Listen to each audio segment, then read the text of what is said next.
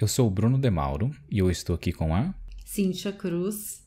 Estamos gravando mais um episódio do seu podcast favorito do mundo inteiro, Corajosamente. O seu, nosso, de todos nós, favorito do mundo. O tema de hoje é: você tem fome do quê? Você tem fome do quê, Bruno de Mauro? Eu tenho fome de muitas coisas, Cíntia.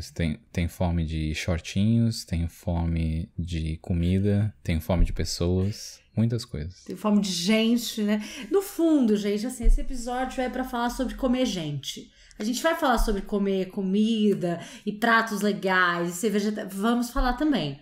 Mas a gente sabe, na real, que a fome aqui, a fome geral, todo mundo tem fome de gente. Eu quero deixar... Essa é uma máxima que precisa ser respeitada, Bruno. Todo mundo tem fome de gente. É verdade. E como você pensa dessa fome de comer gente é o sentido que você colocou na frase, porque a gente não disse nada, a gente só disse de comer gente. Então você deve se olhar se você tá ouvindo a gente e quer saber se eu sou canibal, fica até o final do episódio. Que canibalismo é esse, né, Bruno de Mauro? E você, Cíntia, você tem fome do quê? Olha, a gente vai falar um pouco sobre traços de personalidade. E eu, como tenho uma oralidade muito alta, eu sou uma pessoa, sim, de pratos e comidas e doces e tal. Mas eu tenho fome de gente, de conhecer pessoas interessantes. Tenho fome de cultura, de conteúdo, Eu sou tipo sei lá, o demônio da Tasmânia, sabe? Devora tudo. Uma devoradora. Ok. Vai ser o nome do episódio, totalmente. Devoradora. Cíntia Devoradora. Mas, ó, gente, vamos lá. Esse tema, né, da comida, do se alimentar e tal, é uma coisa que também, como vocês sabem, a gente pega temas que nos atravessam, que nos afetam, que nos impactam de alguma maneira, né? E a gente tem uma coisa, assim, de comida, de doce, chocolate, enfim, coisas desse tipo. Então, a gente vai começar falando um pouquinho dessa coisa do papel do alimento, né? Como que a alimentação deixou de ser só se nutrir para virar um espaço de comunhão entre as pessoas, a mudança das coisas que a gente comia, como foi importante para a humanidade, né? Esse caminho aí entre o caçador-coletor ao agricultor, né? Enfim, tem muito a ver com as coisas que o Homo sapiens se alimentava e tal. Até hoje, como o nosso vocabulário, essa parte mais simbólica da comida, ela tá presente em tudo que a gente diz, como a gente se relaciona. É um papo amplo, né? Em resumo, a gente vai falar de nutrição de comida e nutrição da alma, né? Nutrição que as pessoas nos dão. Olha que bonito, que beleza. Vou anotar aqui essa parte. Ai, gente. Tá tão poético. Bruno de Mauro. Então, assim, gente, eu e Bruno, como somos muito nerds, né, estudamos o livro do Harari. Como chama? Sapiens. Esqueci o nome do livro. Sapiens, uma breve história do mundo. E o Harari fala muito sobre essa transição, né? Lembra, Bruno? Sei que você não leu, a gente sabe. Quem escuta, todo mundo sabe que o Bruno não leu esse livro. Eu li metade desse livro. Esse livro foi metade. Mas que estava presente em todos os encontros do Clube do Livro. Então é uma pessoa que não está versada nesse tema, mas que entende desse tema, né, mas Bruno? roubo dos outros que leram e compartilharam conhecimento lá e foi a mesma coisa. Mesma coisa, Cíntia. Não vem não? Foi a mesma coisa. Mesmo conhecimento. Então, assim, o Harari vai explorar bastante lá no Sapiens essa transição, né, entre o caçador-coletor. Então, por sei lá quantos mil anos, o Homo sapiens ele andou aí pelo mundo caçando e coletando alimentos. Ele nunca se fixou num lugar, nunca cultivou nada e tal. E aí tem, né, especulações de como isso aconteceu, porque a gente não sabe exatamente. Eles começaram a entender que o trigo, onde ele caía, ele nascia e que aquilo, né, dava para fazer coisas com aquele cereal, enfim, e isso foi ganhando uma proporção, só que o fato de você deixar de caçar e coletar para plantar muda tudo. Muda o fato de você estar no mesmo lugar. A gente falou muito, discutiu muito sobre como a ansiedade começa a aparecer nesse momento, porque antes você estava andando ia coletando alguma coisa, se uma caça aparecia, né, você caçava e tal. Quando você vai cultivar, você vai plantar alguma coisa, tem o esperar aquilo crescer, todas as etapas, né, da plantação. Aí chove muito, não chove. E se você perder toda aquela colheita, o sustento da tua família tá muito ligado àquilo e tal. E, de fato, a ideia de família. Então, assim, essa transição foi extremamente importante para o homem como ele vive hoje. E tem umas especulações, eu acho que no Sapiens ele não fala sobre isso, mas eu já ouvi algumas discussões, realmente não sei se é verdade exatamente, mas falam que o cérebro do Homo sapiens, ele, a partir do momento que ele começa a comer, a ingerir mais carne, tem aí uma mudança muito grande, né? Não sei se você já ouviu isso. Eu não lembro de ouvir isso em relação à carne, mas eu lembro de ver... Tem um documentário da Netflix que eu vou trazer aqui também, que eu não lembro o nome, que eu sempre esqueço o nome, mas vai estar na descrição, que fala sobre a ingestão dessa quantidade de proteína e de coisas que vem da carne, mas também de outros alimentos, e de como isso ajuda no desenvolvimento do cérebro humano. Porque tem aquele... que é a verdade, né? Que uma criança até os 7 anos precisa ter uma alimentação saudável, porque se uma criança até os 7 anos passar fome e não tiver a quantidade suficiente de nutrientes, ela vai ter uma deformação, o cérebro não vai se formar completamente, Sim, e isso vai ser sim. pro resto da vida, né? Então, a gente vem nessa evolução de que a gente precisa dessa quantidade enorme de elementos químicos pro nosso cérebro se desenvolver, ainda mais na fase mais jovem. Sim, de formação, né? Assim, nós não somos nutricionistas, né? Então nos perdoem se tiver algum nutricionista ouvindo a gente. Mas assim, se eu não me engano, posso estar enganada, depois a gente dá uma pesquisada aí, mas tem sim uma ligação que os pesquisadores fazem entre o fato da gente se alimentar só de frutas e de não sei o que, o cérebro como era, e depois quando a gente passa a ingerir carne, como muda, né, a formação do cérebro, enfim, mas é só uma questão aí no desenvolvimento da humanidade, né? A nutrição para o bebê é muito importante e a proteína é importante, mas a gente sabe que existem outras fontes de proteína, então, e que é uma discussão que os vegetarianos, né, levam muito a sério essa questão do mas e a proteína animal? E a proteína animal, quanto você precisa, o que repor, o que não repor e tal, enfim. Mas a questão quando a gente começa a plantar, a gente começa a ter esse momento também das refeições terem hora, talvez, para acontecer ali, porque você acorda, precisa se alimentar para se sentir forte, para ir para a lavoura, né? Para ficar ali cuidando e tal. A família da minha mãe é do interior, né? Então, eles têm ali um horário. Hoje não mais, mas lá no passado, toda a coisa da hora de se alimentar estava muito ligada ao processo de trabalho na lavoura. Então, acordava, sei lá, 4 da manhã, 5, que é o horário que o dia já, né, tá começando ali a dar uma clareada. Comia mesmo, não era um cafezinho da manhã, um cafezinho, um pãozinho, era uma refeição mesmo, porque eles iam lá pra lavoura e passavam o dia lá. Tomava essa super refeição cedinho, aí ia pra lavoura e lá pelas 10, 11 horas eles já estavam com fome, porque estão trabalhando desde as 6 da manhã, né? E aí tem no meio do dia uma refeição e depois à noite, 6 da tarde, já come, toma banho e vai dormir para acordar bem cedinho no outro dia e tal. Com a Revolução Industrial e com esse processo das indústrias, isso mudou um pouco, né? Então a gente tem a nossa alimentação regrada pelo nosso horário de trabalho na indústria, que é 7 da manhã, meio-dia. Como se o seu corpo fosse funcionar como uma máquina mesmo, né? Que para ali no meio do dia para poder comer, enfim. Eu gosto de lembrar disso, assim, porque eu acho que hoje a gente tem o comer como também um evento social, né? De vou almoçar com uma amiga, ou mesmo no trabalho, né? Você pega aquele horário de almoço para interagir com outras áreas, almoçar com o pessoal do marketing, não sei o que, né? E antes, não, o comer era tipo, se a gente não para agora para se alimentar, a gente não tem força para trabalhar. E tava todo mundo trabalhando junto, as famílias iam pra roça, iam ali pra para as plantações e tal, juntos, estavam todos juntos. Então a socialização dessas pessoas acontecia no decorrer do dia, porque todos trabalhavam juntos.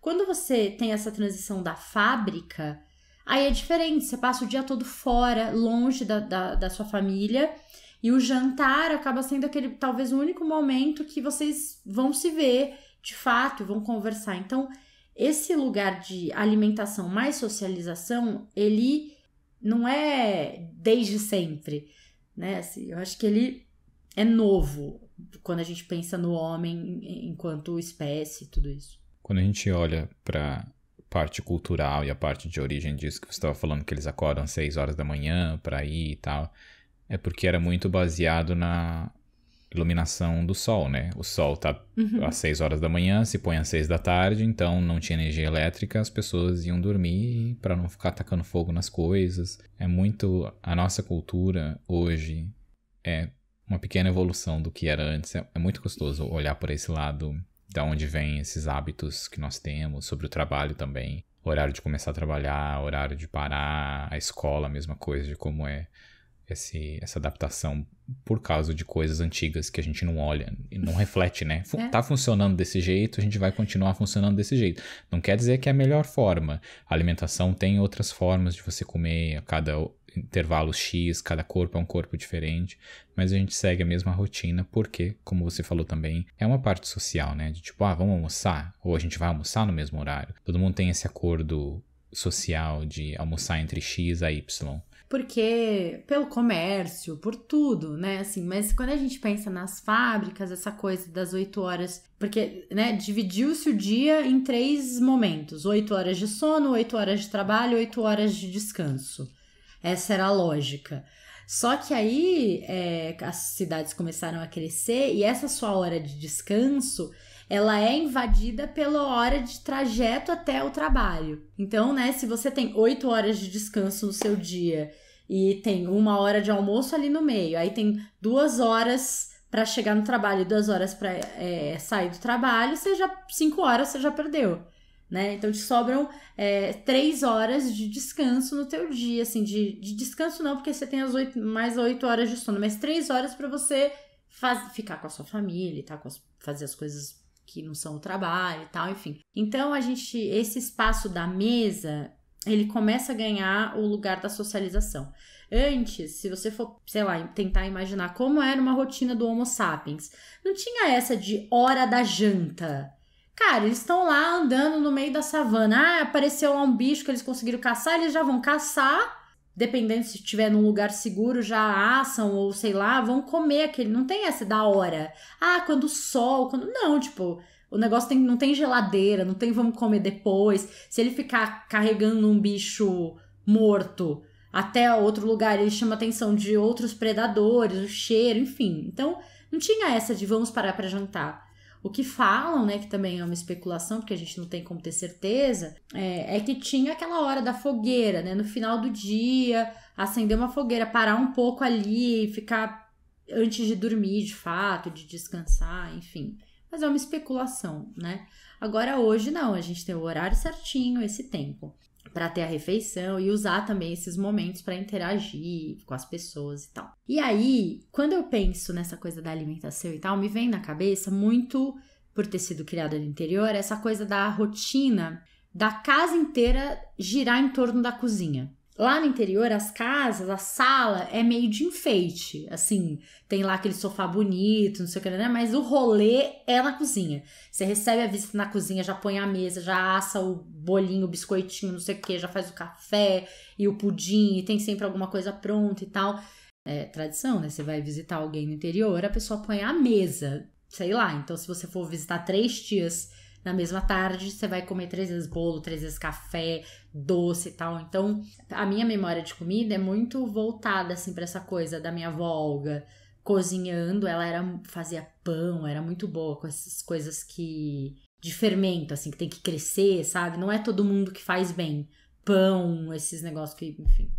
E ela fazia muito, a gente ficava ali em volta da mesa ajudando a, sei lá, enrolar as coisas. Às vezes é bolachinha, biscoitinho, né? E todo mundo ali conversando e tal. Então, no fundo, quando ficava pronto, Ah, legal, a gente comia em meia hora, mas tinha um rolê inteiro, né, antes daquilo acontecer. Você falando disso me fez lembrar, uma amiga minha fez uma viagem pela Toscana. Coloquei naquela lista como objetivo de vida fazer também, sabe? Que é, você vai numa cidade do interior, tem vários, né? Não é um lugar só, mas você fica numa casa e você vai cozinhar com as pessoas lá. Então você paga pra ficar tipo nesse hotel, que é uma casa, mas você tem a vivência das pessoas ali. Então você vai comer macarrão, mas você vai fazer o macarrão todo com a pessoa que mora lá.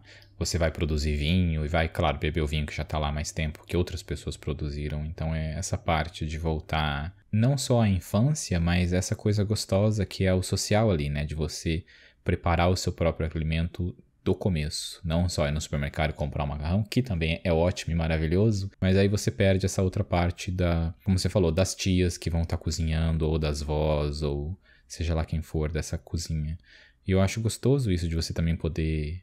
Hoje, no século XXI, você tem que pagar para conseguir ter essa vivência de como é. Imagina na Itália, que é essa parte antiga ainda, que a gente sabe que o macarrão, eles adoram isso. Eu não lembro se é essa a expressão, acho que o Karl Marx falava muito sobre acho que é a praxis que ele falava, que é a gente se reconhecer naquilo que a gente produz. Então, você fez o macarrão do começo ao fim.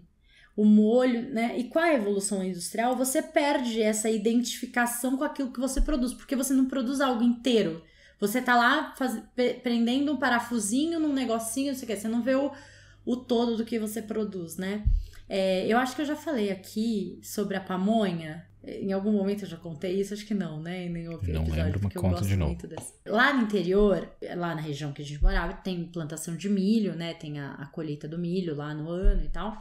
E aí tem a tradição de fazer a pamonha. Então, é uma tradição que eu adoro, assim. Faz muito tempo que eu não vivencio isso por conta, né, de estar morando em São Paulo. Mas é assim, fazer pamonha é muito demorado. Então, como é que funciona? Todo mundo acorda cedo, a família inteira. E aí, você não pode pegar o milho da sua plantação, da sua roça. Você tem que roubar o milho do vizinho. É a tradição. E todo mundo sabe, entendeu? Não é que você vai roubar... O vizinho, quando vai fazer a pamonha dele, rouba do seu sítio e é assim. Então, os homens pegam o cavalo, e aí tem essa coisa também bem dividida, homens e mulheres, né? Pegam os cavalos, aí vão lá na cerca, aí das crianças, aí pula a cerca, pega... Enfim, é toda uma novela. Aí traz lá todo o milho. Todo mundo se junta, descasca o milho, aí tem o jeito certinho, porque é a casca do milho, né? Você aproveita pra depois embrulhar a pamonha, então tem o jeito certo. Aí vai ralar aquele monte de milho, e a gente tá lá, todo mundo, criança, ajudando e tal, não sei o quê. E enquanto isso, metade das mulheres já estão fazendo almoço, porque já é quase meio-dia, já tá todo mundo com fome, roubou milho, né? Tipo, todo esse processo. Aí elas ficam a tarde inteira ali cozinhando toda ali o caldo, né? O milho com todo o negócio, né? Aí depois coloca dentro dos saquinhos que elas já fizeram com as palhas e tal. Aí tem que cozinhar isso na água, enfim. É um dia inteiro esse rolê. A pamonha fica pronta à noite, tipo, fim da tarde, assim. Aí, café, não sei o que, só que você já comeu o dia inteiro, porque elas já fizeram bolo de milho, bolinho salgado frito de milho. Como é no interior, né? Já matou um frango, já fez um frango em molho, você já almoçou, você já tá de saco cheio, você não aguenta mais comer nada. E aí sai a pamonha, vai todo mundo comendo. No fim, ninguém come de fato muita pamonha. Come uma tal, porque já tá de saco cheio, leva pra casa e é assim. A tradição é essa. E é muito legal, porque é um momento, assim, que a família tá toda junta. Esse processo das mulheres ali descascando milho, conversando, as melhores histórias saem ali, enfim. Então tem uma coisa da cultura que eu acho muito legal, assim, que eu sinto muita falta. Roubar milho dos outros você sente falta. Você rouba milho no supermercado, Cíntia? Ah, não tem graça. O legal de roubar milho, aquelas que já vai ser presa na sequência do episódio...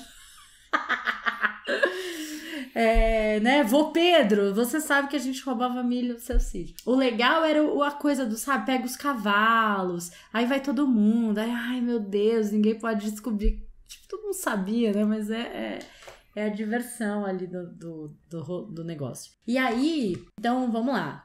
Pra mim, comida tem um contexto muito de família e tal. E eu acho que pra maioria das pessoas, né, Bruno? Você tava falando dessa coisa da infância e tudo. Tem aqueles almoços que você não esquece, ou aquela comida de Natal que tem uma memória muito emocional. Eu tenho mais lembranças de natais. indo na casa de familiares, assim, e cozinhando lá. E aniversários também. É coisa que tem bem presente na parte da minha infância. Que é pela parte do docinho, da comida maravilhosa, que não tem como não ficar marcado a cicatriz na alma, que são docinhos de aniversário roubados, né? Que tem aquela... Ai, meu Deus. A mesma ideia do milho. Horas... Não, porque fica aquela mesa cheia de docinho, mas tem que esperar horas, não pode comer, vai tomar no cu, tem que roubar.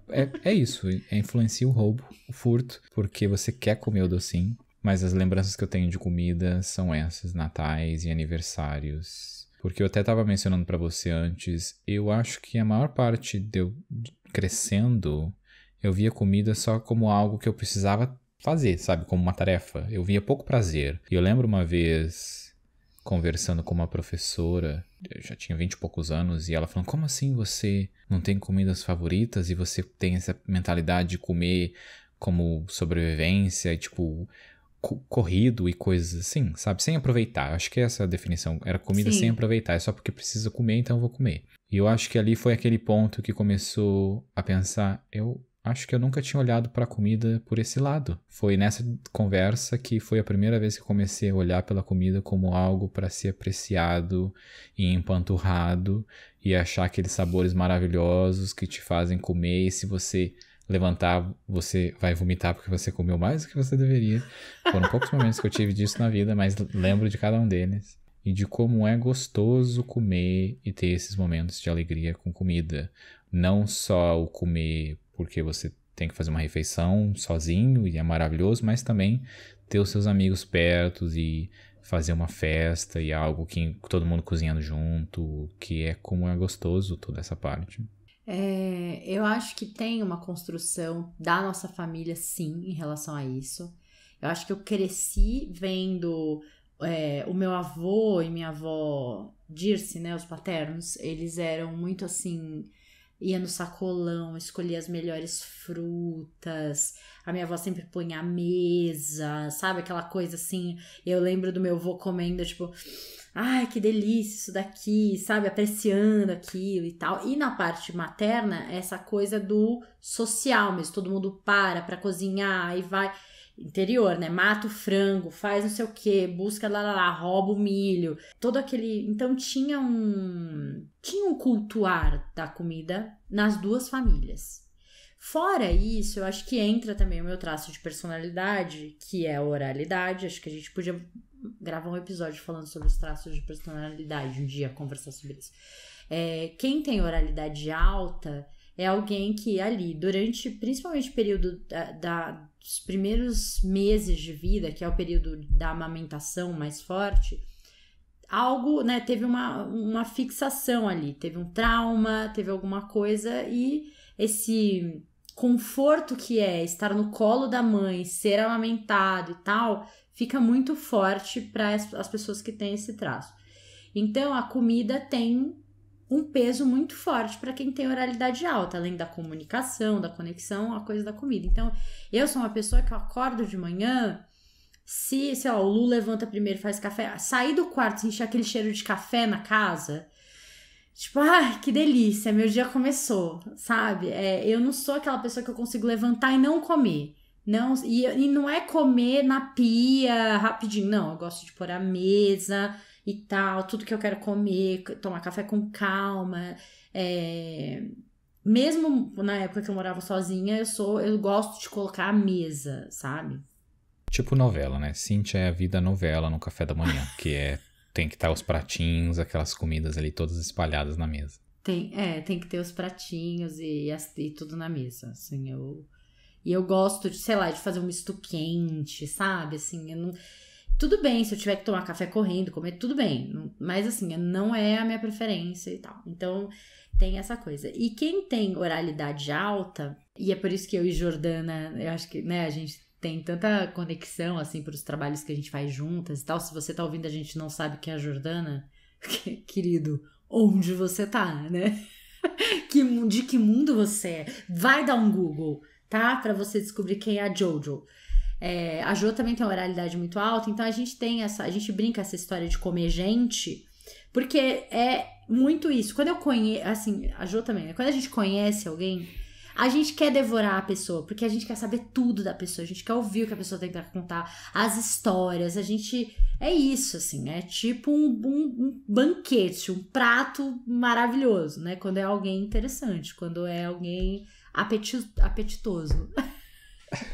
Suculento. Jordana é apetitosa, mas eu tenho 2 pontos pra fazer aqui, muito importante. Um é, dê uma breve descrição o que é essa oralidade que você está dizendo, porque eu não tenho ideia do que você está falando.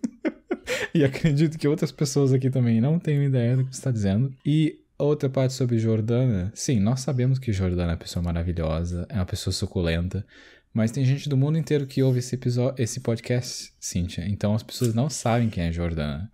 Gente, quem então é a gente vai fazer um favor. A gente vai fazer um favor pra...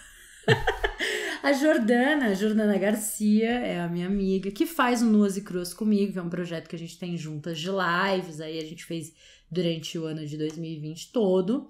E a Jordana é jornalista, trabalha como executiva numa empresa grande, tá? Ela tem uma carreira, mas ela é jornalista e ela é muito perspicaz, ela é muito rápida. Então, as conversas com a Jordana são sempre muito incríveis. E ela já tá na nossa lista de convidados aqui pro podcast, porque o mundo precisa conhecer essa mulher. Essa mulher é maravilhosa, né? Então, essa é a Jordana, gente. E quem ouviu o episódio do drama, a Jo tá ali, né? Um dos áudios que a gente trouxe das minhas amigas é da Jordana. Em relação ao traço de oralidade, existe uma teoria que defende que existem 5 principais tipos de traços de personalidade. Não vou entrar em detalhe, mas um deles é a oralidade. A oralidade é um traço de personalidade onde o abandono é a dor emocional de base dessa pessoa, porque ela teve algum tipo de trauma ou de fixação ali no começo da vida. Então, né, quando ela tá se entendendo no mundo através do contato com a mãe, pela amamentação e pelo toque, pelo colo, né, e tal. E aí, esse processo de estar nesse colinho e depois não estar mais, porque a criança fica no berço, vai, né, banho, não sei o que e tal, esse ter colo e não ter colo, ter colo e não ter colo, vai gerar essa dor do abandono como dor emocional de base. E aí, para não ser abandonado, então para não sentir mais essa dor, essa pessoa vai desenvolver recursos, habilidades para que isso não aconteça mais. Então, é como se ela passasse toda a vida tentando evitar reviver aquele trauma ali da primeira infância, né? E aí, quem tem, então, oralidade alta, qual recurso desenvolve? Comunicação, conexão com as pessoas. Ela realmente, é como se ela realmente sempre quisesse o colinho. Então, ela é uma pessoa querida, fofa, que as pessoas querem perto, que as pessoas gostam de abraçar, porque ela tem, e aí tem um impacto no corpo também, esse traço de personalidade e tal. Então, é aquela pessoa mais macia, sabe? Que é gostoso abraçar e tal, enfim. Esse é o traço da oralidade. Um dia a gente grava um episódio e fala dos 5, mas é esse. Então, eu tenho oralidade muito alta, tenho outro traço alto, mas oralidade muito alta, e a Jordana também tem. Então, imagina que dupla, né? Perfeito. Agora eu sei e as pessoas ouvindo também sabem as duas coisas. Especialmente a delícia da Jordana. Ai, meu Deus, Jordana, se estiver ouvindo a gente, beijo pra você, eu sou maravilhosa. E aí eu quero falar da gula. Já aproveitando que a gente tá falando de gente que quer comer gente, tudo isso. O prazer que o comer, né, ele dá, e tem gente que fala que todo excesso esconde uma falta. A gula, ela tá lá entre os nossos pecados capitais, então por séculos ela foi, nossa, que horror, né? É isso, você tem que comer só pra tá nutrido, não tem essa de se empanturrar, isso é pecado e tal. Então, ó, de um lado a gente tinha a gula como pecado capital e do outro como é que eles chamavam? Temperança como virtude capital, né? Então, assim, pra você não pecar na gula, você tem que ter temperança. E aí, pensando nisso, eu acho que eu realmente sou a pessoa do pecado capital, porque temperança é uma coisa que praticamente não existe no meu vocabulário. Tipo, eu não gosto de uma coisa... até música, Bruna. Eu sou a pessoa assim, eu gosto da música, eu vou ouvir a música 178 vezes. Eu vou acordar, vou ouvir a música, eu vou, não sei o que, eu tô ouvindo a música. Tipo, mas você vai enjoar. faz parte, mas neste momento eu não estou enjoada, estou curtindo a música. Se você tá ouvindo esse episódio, não é o primeiro episódio que você tá ouvindo, você já sabe isso sobre a Cíntia. Não é algo que a Cíntia precisa dizer. Todo mundo sabe. Todo mundo sabe. Você tem cara de gulosa, Cíntia. É isso. Gula pela vida. Gente, não dá, não sei como é que as pessoas... Sabe aquelas pessoas comedidas, não só pra isso, mas tipo assim, ai, nossa, tem um chocolate na bolsa que eu nem lembrava mais que eu tinha. Gente, se eu tenho chocolate na bolsa, não consigo esquecer isso, Bruno, isso aqui fica aqui, ó, na minha cabeça. É a mesma coisa, tipo, você conhece alguém e você fala, achei que eu poderia conversar mais com a pessoa numa outra oportunidade. Que outra oportunidade? Você nem sabe se vai ter. Aproveite, consuma a pessoa quando você pode. Ainda nessa parte de comida como alimento, o que a gente precisa para sobreviver no mundo, eu mencionei no começo esse documentário da Netflix, que eu não lembro o nome, eu acho que é Game Change, alguma coisa assim. Porque tem bastante documentário sobre alimentação, né? E uma das razões que eu nunca assisti esses documentários é porque vai mostrar a vaquinha sofrendo e não coma carne porque a vaquinha sofre. A gente sabe que tem esse sofrimento, mas não é tão simples assim. Porque tem outros fatores. E eu acho que o fator maior que eu descobri assistindo esse documentário, porque esse documentário é feito para o público masculino, mas esse documentário, ele envolve atletas de alta performance e campeões mundiais, e eles são todos vegetarianos e veganos. E aí mostra um cara que é gigantesco e ele é campeão mundial de levantamento de peso, e ele é vegano. Mostra atletas de corrida que são vegetarianos e veganos. E eles fazem exames de sangue, exames de performance sexual.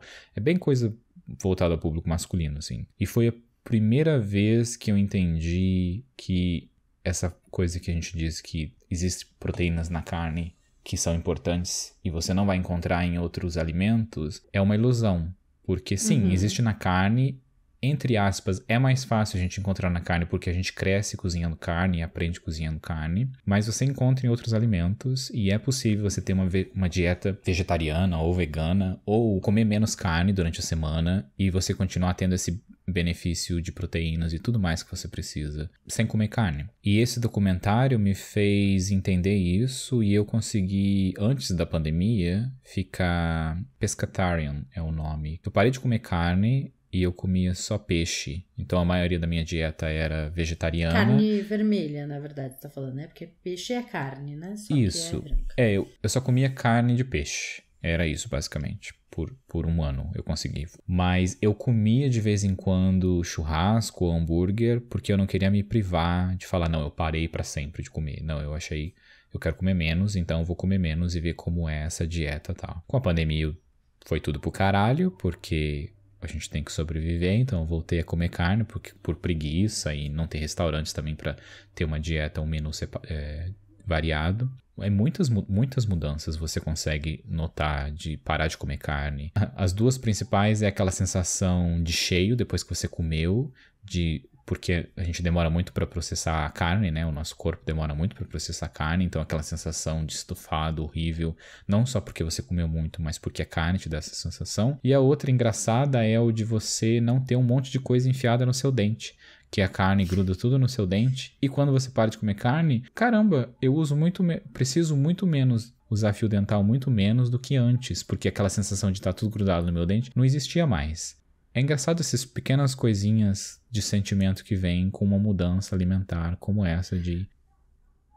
Tem uma discussão muito interessante sobre carne e masculinidade e pesquisas e tal, porque os homens consomem muito mais carne que as mulheres e culturalmente falando tem uma coisa de virilidade, sabe, o churrasqueiro, não sei o que e tal, e o quanto isso impacta cruzar essa coisa, essa informação da masculinidade, não sei o que, com o consumo da carne é muito interessante. Como os homens são meio, sabe, assim, homem tem que gostar de carne mal passada e tal. É bem interessante, assim. Eu tava vendo não sei se é um documentário, mas, né, enfim. E a gente tem diversas discussões sobre alimentação, principalmente nos últimos anos, né, assim, sobre o que é bom comer, o que não é, o que é saudável, o que te faz mal. Cada hora tem um alimento ali no top e os piores, né? Então o ovo era terrível, aí depois não, o ovo é ótimo, mas o açúcar, tira o açúcar, o carboidrato, não sei o que, alimentos processados são péssimos, enfim, né? Assim, cada hora tem o ranking dos piores, e eu acho que se a gente entra nisso, não sei, a minha sensação, né? Eu acho que a gente enlouquece. Cada hora é um negócio, aí come aveia, é chia, é não sei o que, aí tem aquele monte de cereal que você... Tipo, sei lá, gente, come o que você gosta. Eu acho que falta, você falou, né, como você sentiu o impacto no seu corpo de parar de comer carne. Talvez a gente não respeite muito esse tempo para ver o impacto que as mudanças na alimentação têm no nosso corpo e na nossa rotina. Parei de comer açúcar uma semana, fiquei ansioso, fiquei nervoso, percebi que minha atenção fica, né, difícil. Claro, o açúcar vicia assim como qualquer droga. O impacto do açúcar no teu corpo é muito parecido com muitas drogas, né? Então para parar de comer açúcar, você entra em abstinência, você vai ter as reações de quem está em abstinência. Depois que isso passa, aí tem tem os benefícios, enfim. Mas a gente precisa entender, tem gente que fica super bem sem açúcar, tem gente que fica mal. Eu tenho a Flávia, minha amiga, ela detesta bacon.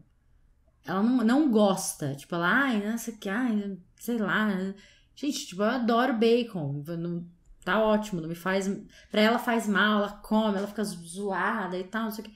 A gente precisa entender também, né, o impacto que esse alimento tem na gente. E nisso que você disse, uma das coisas que eu consegui comer menos carne por esse período foi porque eu não falei eu nunca mais vou comer, eu vou ficar um período X sem comer. Foi mais, eu vou comer menos, comia hambúrguer, eu acho que uma vez por mês eu comia carne vermelha, até que, tipo, eu não sentia falta. Eu comia porque eu ia em algum lugar e aí as pessoas iam comer, eu pensava, esse hambúrguer aqui eu vou pedir ele e vou comer. Porque eu não quis falar que essa regra eu não posso ter, é mais eu vou comer menos, ver como eu me sinto. Também pela parte de animal e de meio ambiente.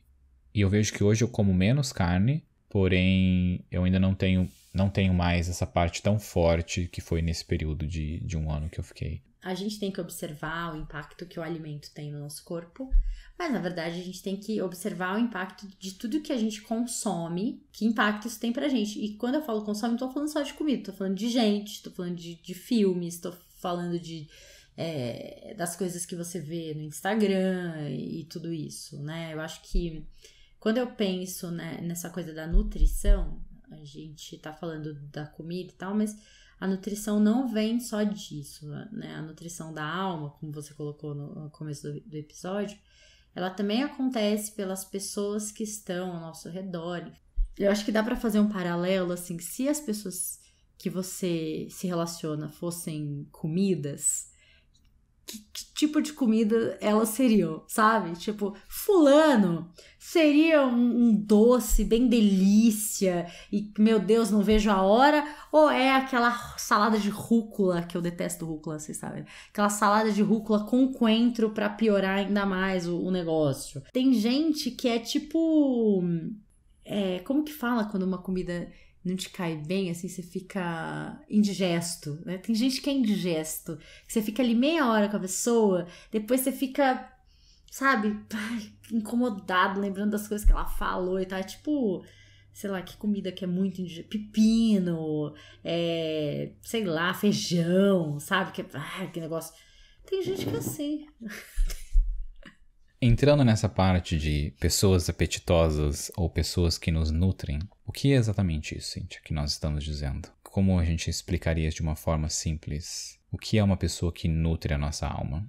Eu acho que é uma pessoa que, assim, depois que ela vai embora, depois desse contato, depois dela ter te afetado, né? Depois de você ter passado um tempo com ela deixa coisas boas com você. O que reverbera depois são coisas boas.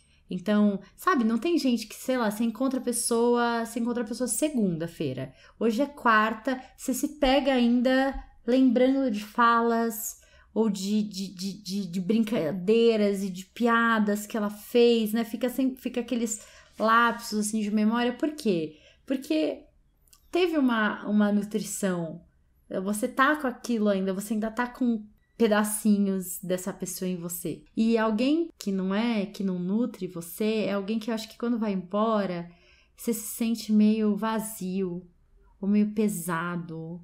Você lembra do contato, assim, com um certo peso e tal. Eu não sei, pra mim me vem isso, não sei se pra você é diferente. Os dois tipos têm muitas variações, né? E o da nutrição eu vejo que é muito... São pessoas que também fazem a gente se sentir... Não, você falou na hora que a pessoa vai embora. Eu pensei, mas como assim você já tá pensando na hora que a pessoa vai embora? Também tem o quanto a pessoa tá ali. Você tá tendo aquele momento nutritivo, aquele momento gostoso, aquele momento que você tá se sentindo leve, que você sente que... Você não quer que acabe, né? Também é que você não quer que acabe, mas você tá sentindo... Você se sente acolhido por você mesmo, sabe? Você se sente em uma coisa gostosa ali que tá acontecendo, que é aquela pessoa... Eu sinto muito que são pessoas que são bem honestas, assim, sabe? Sinceras com elas mesmas e conseguem transparecer esse sentimento com a gente, que tem as qualidades, tem os defeitos, e não é isso, porque a gente não tá comparando nada, a gente só tá dizendo as coisas sobre a vida e compartilhando e te dando pontos de vistas que te provocam ali, te fazem ter aquela sensação boa, né? De estar vivendo aquele momento e aquele aprendizado com a pessoa. E nessa outra parte do oposto, eu também vejo aquelas pessoas que se nutrem da gente. Tem o que se nutrem da gente porque a gente é uma pessoa apetitosa e a gente consegue fazer isso com a pessoa, mas tem algumas pessoas que elas só sugam de você, sabe? Eu tive uma interação há pouco tempo sobre isso e eu acho que eu nunca tinha notado alguém sugando a sua energia, assim, sabe? Você tá falando com a pessoa e a pessoa tá se nutrindo de você e você se sente esgotado depois de falar com essa pessoa, sabe? Você se sente sem energia, cansado, aquela pessoa te sugou tanto que você meio que fica até preso com o sentimento daquela pessoa, sabe? Meio que fica pra baixo, o que aquela pessoa tava te sugando afeta um pouco você depois. Você já teve alguma experiência assim que você tenha notado?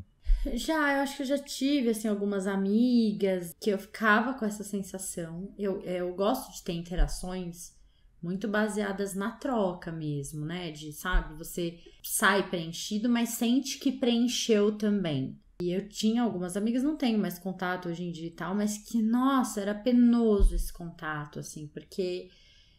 mas aí eu acho que tem a ver também com a pessoa tá muito em si mesmada, né? Muito ali olhando só pra si e parece que você tá ali meio só servindo de espelho, né? Enfim...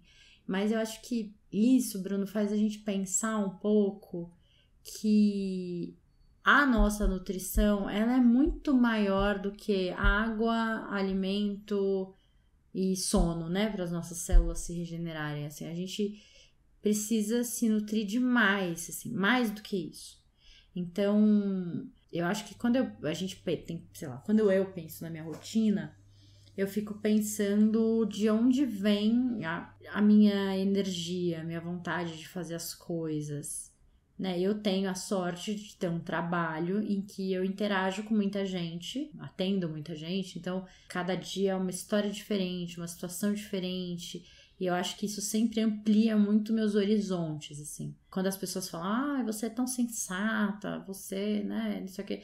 Eu acho que é muito por isso, assim, porque a gente aprende ali a olhar tantas histórias de tantas maneiras diferentes, porque, por exemplo, às vezes eu tenho uma paciente que está se divorciando porque ela está apaixonada por outra pessoa. E aí eu tenho um paciente que a esposa está o abandonando porque está apaixonado por outro. Então eu consigo, às vezes em situações completamente, né, pacientes completamente diferentes, vivendo coisas, você consegue ver os dois lados da moeda ali. Então, eu acho que esse lugar de não julgamento que o terapeuta tem ajuda muito a gente também nessas interações de amizades e tal. A gente leva isso de alguma maneira, né? Não tem como não levar. Você falou desse coisa de troca. A gente nota que as amizades que a gente tem é muito porque as pessoas trocam coisas similares que a gente dá pra elas, né? Elas te dão de volta. As amizades que eu tenho menos contato, eu acho que são pessoas que me dão um pouco.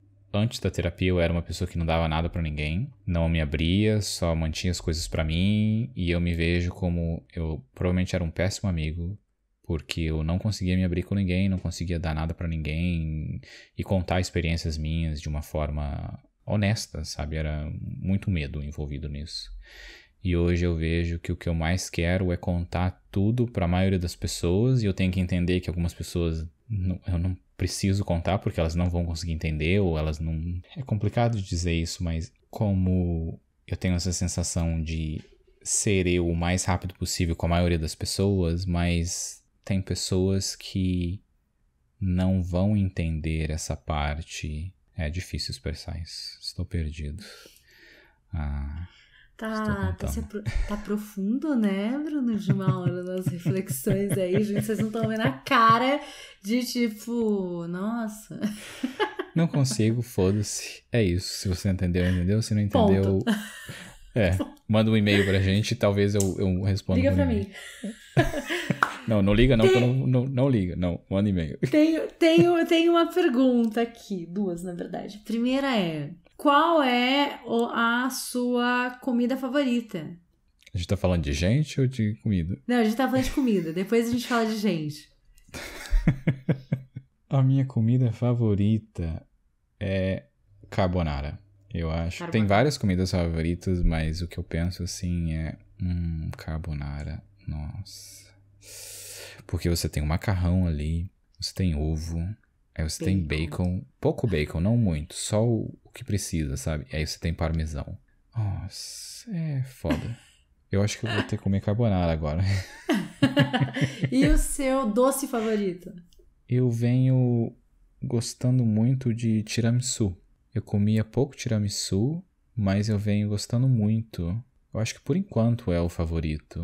Porque eu tenho bolo de brigadeiro gelado, sabe? Como ali também. Mas eu acho que ultimamente eu venho mais no tiramisu. Sempre que eu posso, dou um jeito de achar um tiramisu ali pra comer. E o seu, Cíntia? Qual é a sua comida favorita? Olha, eu sou uma pessoa das massas, né? Então, macarronada, tudo isso. Mas acho que lasanha é a minha favorita. E a lasanha da minha mãe, que é maravilhosa. Inclusive, mãe, se estiver ouvindo a gente, fica a dica. Tô com vontade de comer lasanha. E outra coisa, a lasanha também tem uma construção. Porque ela demora pra ficar pronta. Então, monta a lasanha, não sei o que, sabe? Gosto de comidas que a gente prepara nesse contexto todo, assim. De todo mundo junto e tal. E a minha mãe, a lasanha, tinha muito isso. Assim, quando ela ia montar a lasanha, a gente ficava lá em volta da mesa, conversando com ela e tal, era bem gostoso. E doce, eu sou muito chocolatra. Então, pra mim, doce, quando não tem chocolate, é tipo, legal, mas eu acho que isso não é bem uma sobremesa, né? Sabe assim, tipo, mousse de limão. Gosto, respeito, mas na categoria sobremesas, ele estaria ali num cantinho. Entendeu? Sobremesa é o quê? É um mousse de chocolate, é um sorvete de chocolate, um brigadeiro, um brigadeirão, entendeu? Uma coisa que tenha chocolate. A família do meu avô é portuguesa, então aquele doce português é ovo e açúcar, de todos os jeitos que você puder imaginar. Fios de ovos, não sei o quê, pastelzinho de tudo na base do ovo e do açúcar e assim. Acho legal? Acho. Respeito, mas na categoria ali central da sobremesa não tá, entendeu? Coisas que não tem açúcar não estão, coisas que não tem chocolate não estão. Mas, e pessoas? Quais são as pessoas mais apetitosas pra você? Como que eu não me preparei pra essa pergunta, né? Conhecendo Cíntia, sabendo do tema do programa, eu não pensei que essa pergunta ia vir e eu ia me fuder. Pessoas apetitosas. Tem uma coisa que eu descobri com uma amiga que eu notei. Eu gosto de pessoas que tenham sido destruídas pela vida e tenham superado isso, sabe? Não só superado, mas conseguem sobreviver com essa dor. Então eu vejo que eu consigo, a maioria das pessoas que eu tenho muita profundidade assim com elas, depois conhecendo mais, eu vejo que ela teve alguma parte da vida que foi algo muito difícil e ela conseguiu ainda se manter em pé e não se perdeu. Então eu tenho uma identificação... Os sobreviventes. Os sobreviventes. E acho que hoje eu tenho muito pouco saco para pessoas superficiais. Pessoas rasas, né? Não superficial, mas pessoas rasas que têm pouca coisa para te dar. Tenho pouco saco para a pessoa que eu era. Eu acho que isso me gera esse sentimento de Eu não quero pessoas como eu era, que é o que eu falei, sabe? Que eu não conseguia compartilhar. Tinha medo de me compartilhar. E eu entendo o porquê. Tento entender essas pessoas que não conseguem compartilhar também. Acho que é isso. Consegui me sair bem nessa resposta, sem entrar muito na parte sexual? Você queria entrar na parte sexual, né? Tem que ser um outro programa pra isso. Eu acho que você tá querendo dizer... Não sei, me vê se eu... Psicóloga Cíntia, vamos lá. Eu acho que não...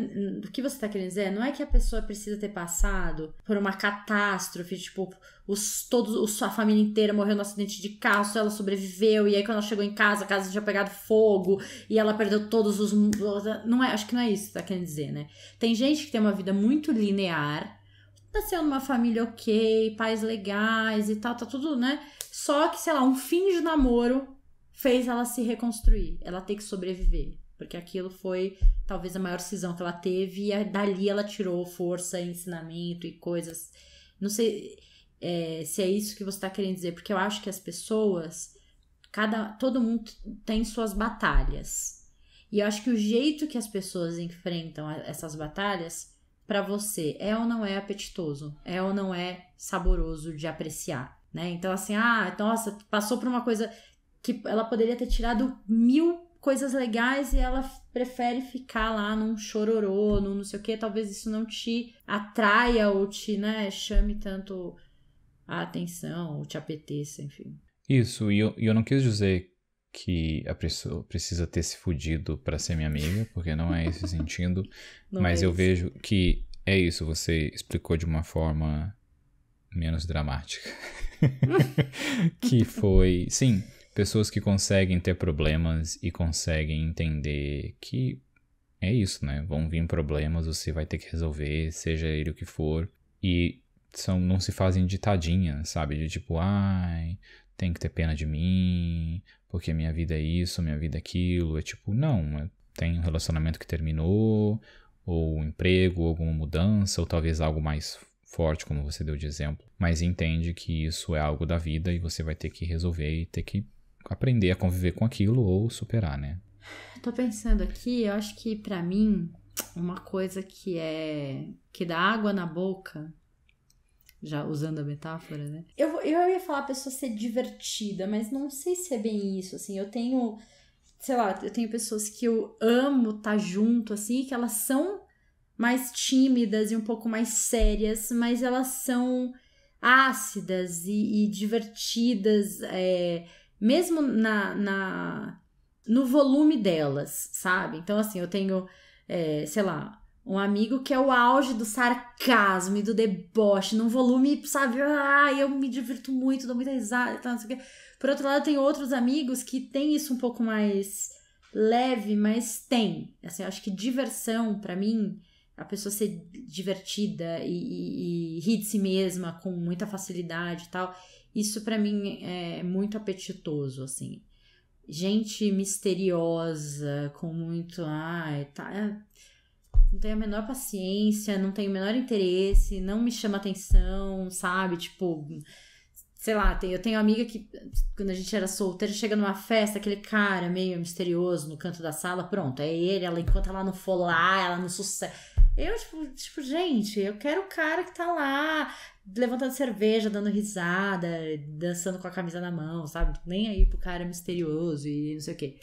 E não só nesse lance de atração, assim, né? De amigos, de pessoas, assim. Eu tenho mais dificuldade de me conectar com pessoas muito sérias e muito... sei lá, que se dão muita importância, sabe? Nossa, querido, se der menos importância, vai ser bem mais feliz, certeza.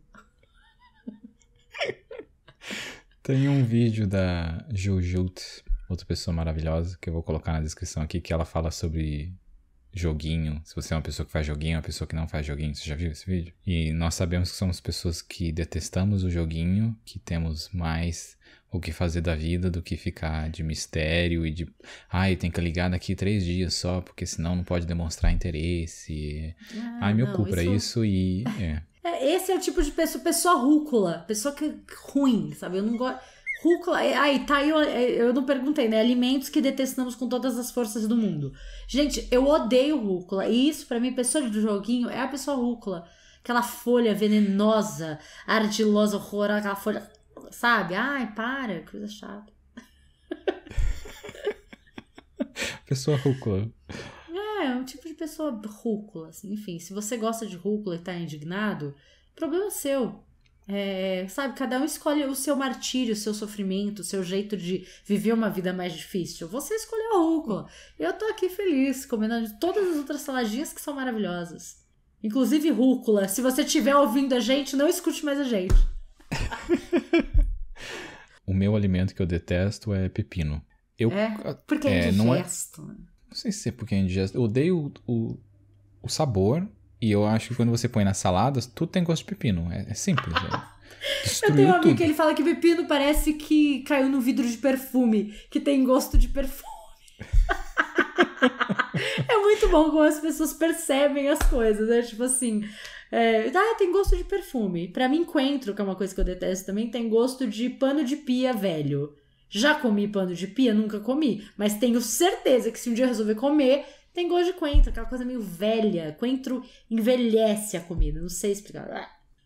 E aí a pessoa namora um baiano, né, gente? Imagina o drama aqui na minha casa com coentro. Enfim, coentro, se você também estiver ouvindo a gente, vai viver sua vida que ninguém te quer aqui. Segue sua vida.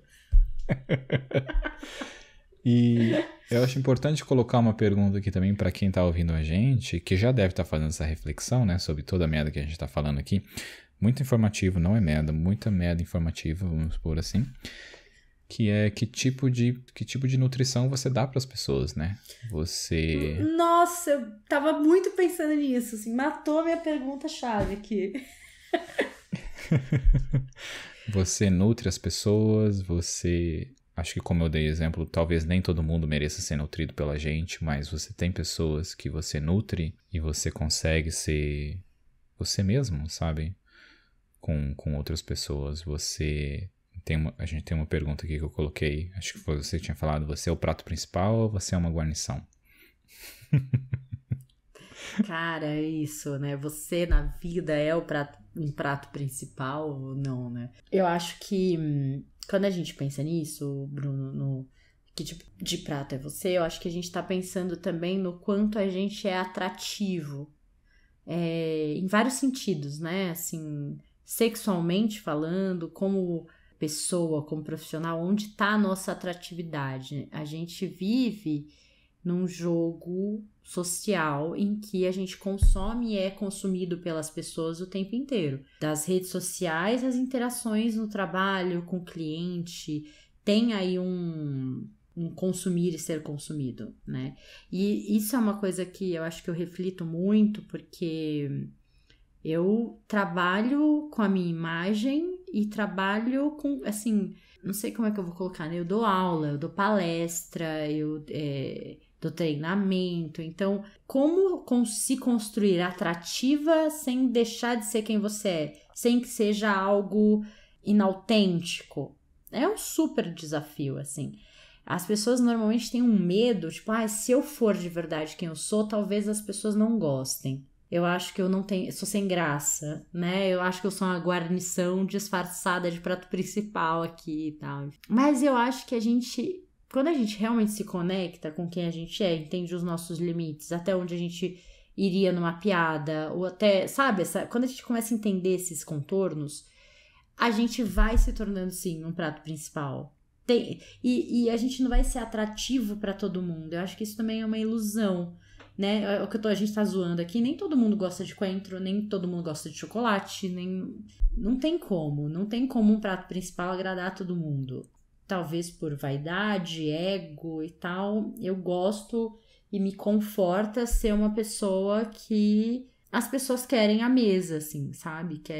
Me querem por perto, querem perto da família delas, queria que você conhecesse minha filha. Eu fico muito feliz quando algum aluno leva a mãe para assistir uma palestra, sabe? A filha, não sei, isso me nutre também.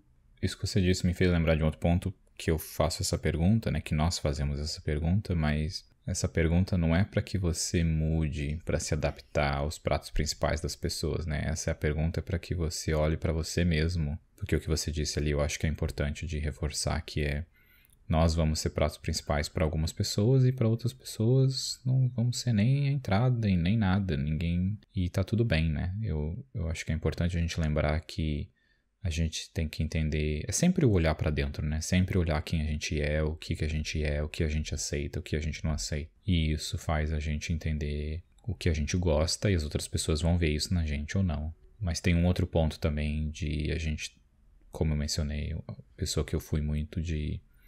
Eu não conseguia ser o prato principal para ninguém, porque eu não queria, sabe? Eu tinha medo de ser eu mesmo, eu achava que eu não era prato principal para ninguém. Ninguém nunca ia gostar de mim se me conhecesse de verdade. E era o oposto, as pessoas tinham pouca conexão comigo porque eu não conseguia me mostrar para ninguém, né? Então como você vai gerar uma conexão? E quanto mais eu conseguir me mostrar e quanto mais eu sou eu mesmo, mais eu consegui ter conexões profundas e ser pratos principais para muito mais pessoas. Não porque eu queira, é simplesmente porque sou quem eu sou.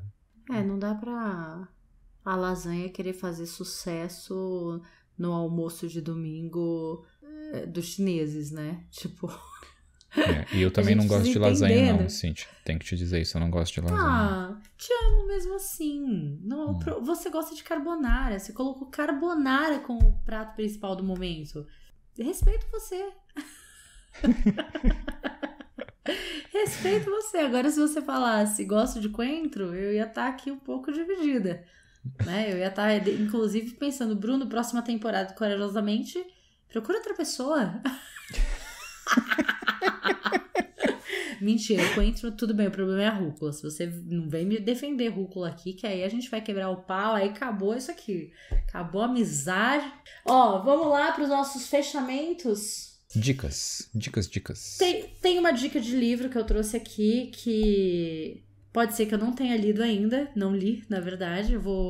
Podia mentir pra vocês? Não, mas a gente tem um compromisso com a verdade aqui nesse podcast. A gente não mente pro ouvinte. Jamais. O livro chama O Banquete da Psique, do Gustavo Barcelos.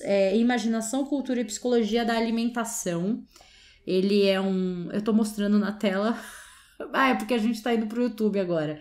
Inclusive, se você estiver ouvindo a gente, nós temos nosso canal no YouTube. Você pode ver a cara do Bruno de Mauro e entender a carinha que essa voz saborosa e deliciosa tem. Tá curioso? Vai lá olhar no YouTube. Mas vamos aqui pro livro. O Gustavo Barcelos, ele é um junguiano, né, um psicanalista analítico, e ele fala muito sobre a simbologia da comida nos aspectos sociais de uma maneira geral. Não vai falar só de transtornos alimentares ou coisas assim, né? Ele vai falar como a simbologia da comida tá em tudo da nossa vida. Das verdades amargas, né? Olha o termo que a gente usa, né? Verdades indigestas ou verdades amargas, relacionamentos gostosos, amizades, ele dá até um exemplo aqui, apetitosas, né, como é que é? Verdades amargas, realidades salgadas, relações apimentadas, situações picantes, a gente usa na nossa linguagem, né, a linguagem da comida e tal. Me parece bem interessante este livro. E filme ou série, alguma dica?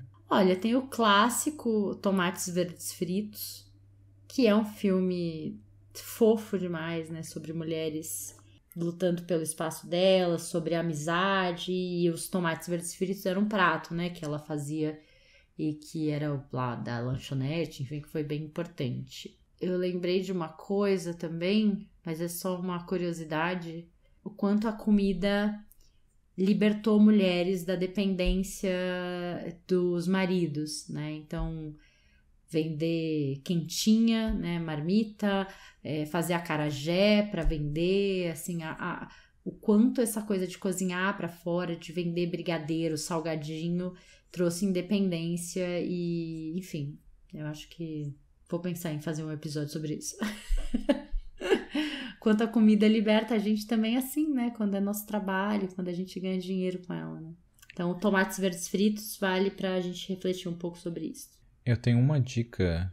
Bem, eu já mencionei o documentário aqui, né, sobre o ser vegetariano e vegano. Vou trazer aqui de volta, mas é um outro documentário que chama Jiro. E ele é um sushi man japonês. E tá na Netflix esse documentário também. Não é da Netflix, mas tá lá. E é sobre a história desse... É um lugar pequeno, acho que ele atendia só 14 pessoas por vez. E é sobre o processo que ele tá aplicando para ganhar aquela Michelin, aquelas estrelas e tal. Uma coisa eu falei atendia porque hoje eu fui pesquisar ele de novo. Ainda nesse ponto sobre o que é o documentário, é sobre todo esse ritual, sabe? Esse sushi man que é o Jiro. Sei lá, ele tem 70 anos. Aí ele tem um filho de 40 ou 50 anos que tá ali com ele no documentário. E ele fala que o filho não tá pronto ainda. O filho é sushi man desde criança. Faz 50 anos que o filho faz sushi. Tava bebê fazendo sushi e ele fala que o filho ainda não tá pronto pra assumir o restaurante, mas como é todo esse ritual do alimento, do preparar, do perfeccionismo, de como é aquilo, sabe? O ambiente também só atende essa quantidade pequena de pessoas. E eu mencionei que ele atendia 14 pessoas porque hoje ele é privado, você não consegue mais, o público normal não consegue fazer reserva. Então, se você é um público especial, porque eu não sei que tipo de público que consegue ir naquele restaurante hoje, porque quando eu assisti o documentário, uns 5, 6 anos atrás, eu lembro de olhar e acho que o prato mais barato era, sei lá, $300. Para você comer no restaurante. E hoje, como é privado, não tenho a mínima ideia de como isso funciona, mas o documentário é ótimo. E talvez a gente nunca coma esse sushi, ou se você já comeu, ótimo para você, porque você é uma pessoa especial pro Jiro, pelo menos. Eu não sei o nome, né? Quem tiver curiosidade, pergunta pra Paty Durões lá no Instagram. A Paty é uma amiga nossa que coordenava eventos gastronômicos e, enfim, ela tá envolvida sempre em projetos gastronômicos. E tem um evento aqui em São Paulo que chama, acho que Cozinhas Escuras, e você come vendado. Assim, na verdade, você não... Assim que você chega, você já vai ser vendado, então você não entende direito nem em que ambiente você tá, né? Então, quando a gente tira a visão... A gente come com os olhos também, né? Então, quando a gente tira a visão, esse sentido, né, no se alimentar, a gente tem várias reações interessantes, assim. Então, você vai comer vários pratos, eles vão te orientando, dão as coisas na sua mão, enfim. Assim, ela falou que é muito interessante a experiência, como as pessoas experimentam isso. Então, tem gente que come tomate, odiava tomate, a única coisa que eles pedem se você for alérgico mesmo a algum alimento, avisar com antecedência, né? Mas assim, mas eu não gosto de rúcula. Problema seu. Provavelmente você vai comer, não vai nem saber que tava comendo rúcula. Então, pode falar que é alérgico à rúcula, seja inteligente, fala que tem alergia ao alimento que você não gosta. Mas eu gostaria de, comeu rúcula sem saber e gostou. Vai saber me enganar aqui meus sentidos. Acho que eu quero ser enganada, Bruno de Mauro. Pepino eu sei, não. Pepino é aquela merda, é horrível. Não, eu sei. E aí a parte tem esse evento, acho que é isso, acho que chama Cozinhas Escuras, alguma coisa assim, que eu fiquei bem curiosa, e agora na pandemia, né, claro, não tá rolando, enfim, mas a gente, provavelmente, em algum momento isso vai acontecer e é uma experiência que eu quero passar. Uma dica meio mórbida que eu queria dar, falando do tema, é a série, não o filme, Hannibal. Puta merda. Porque o Hannibal, né, gente, pra quem não sabe, né, enfim, além de ser um assassino psicopata, ele come gente mesmo, né? Ele literalmente come gente. Mas tem uma coisa, assim, durante a série, ele prepara muitos alimentos, tipo aquelas carnes super especiais, ou aquelas frutas, não sei do que. E tem um cuidado na série com as cenas dele cozinhando, sabe? Enfim, mas às vezes ele tá cozinhando alimentos mesmo, às vezes ele tá cozinhando gente. Então, se você estiver preparado, e tem um viés todo psicológico bem interessante também na série. Ainda bem que esse programa já tem a classificação explícita, né? Então, crianças não vão ouvir esse programa. Olha, acho que é isso. Esse papo todo me deu fome. E acho que por hoje é só, né? Por hoje é só. Vou ter que comprar ovo pra fazer minha carbonara, porque eu não tenho. Mas vamos ter que ir de carbonara. Faz parte. Que difícil. Que problema. Problema de primeiro mundo, isso. É isso, gente. Beijo. A gente se vê no próximo episódio. Um beijão e até.